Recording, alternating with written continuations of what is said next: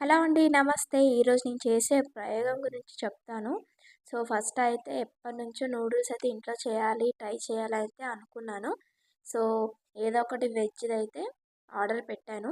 So, దీని ఎనకాల అయితే దీని ప్రాసెస్ ఏంటనేది మాత్రం ఇచ్చారు. సో, నేనైతే పెద్ద ప్యాకే తీసుకుందాం అనుకున్నా. కానీ మా హస్బెండ్ అయితే ఫస్ట్ టైం కాబట్టి ముందు ట్రై చేయి. ఆ తర్వాత సెట్ అయితే అప్పుడు ఇంకోసారి తేవచ్చు అనేసి చెప్పారు. ఇంకా అలా అనేసి ఈరోజైతే డిసైడ్ అయ్యాను. బ్రేక్‌ఫాస్ట్‌గా ఇదే చేద్దామనేసి. ఏదో నాకు తెలిసిన స్టైల్‌లో అయితే చేసేసాను. సో, ఇది కరెక్టా? రాంగా? అనేది మీరు ఖచ్చితంగా చెప్పండి.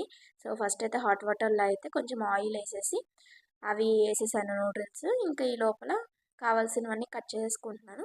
మాక్సిమం తెలిసినవి క్యారెట్, బీన్స్ అలానే ఆనియన్ ఇవి మాత్రం కట్ చేసేసుకున్నాను. ఈ లోపల ఇదైతే బాగా ఉడికిపోయిందనమాట. ఒక 80% ఉడికింది.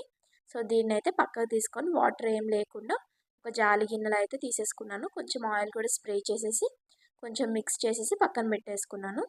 సో, ఇందాకైతే ఆనియన్స్ కట్ చేయలే కాబట్టి ఒకసారి ఆనియన్స్ కట్ చేసేసుకున్నాను. ఇదేది నేనైతే యూట్యూబ్‌లో కాదు కదా! ఎంతలో చూసి చేయలేదండి. నా ఓన్ రెసిపీ అనమాట. సో, ఇలానే చేస్తారో కాదో కూడా నాకు తెలీదు. నేనైతే చేసేసాను. సో, ఫస్ట్ అయితే ఆయిల్ ఏసుకొని, గార్లిక్ ఏసేసుకొని, ఆనియన్స్ అలానే క్యారెట్ ఇవన్నీ ఏసేసుకున్నాను. ఇంట్లో ఉండే సాసెస్ అన్నీ ఏసేసాను. రెడ్ చిల్లీ సోయా సాస్ ఇంకా అలానే బ్లాక్ సోయా సాస్ ఇంకా అలానే దాంట్లోనే కొంచెం కెచప్ అయితే యాడ్ చేసేసాను. ఆ తర్వాత మొత్తం కలిపేసుకున్నాను. ఇది చేయడమేమో గానీ స్టవ్ మొత్తం గలీజ్ అయిపోయింది. నాకు డబల్ పని పట్టింది. సో, ఇది కరెక్టా? రాంగా?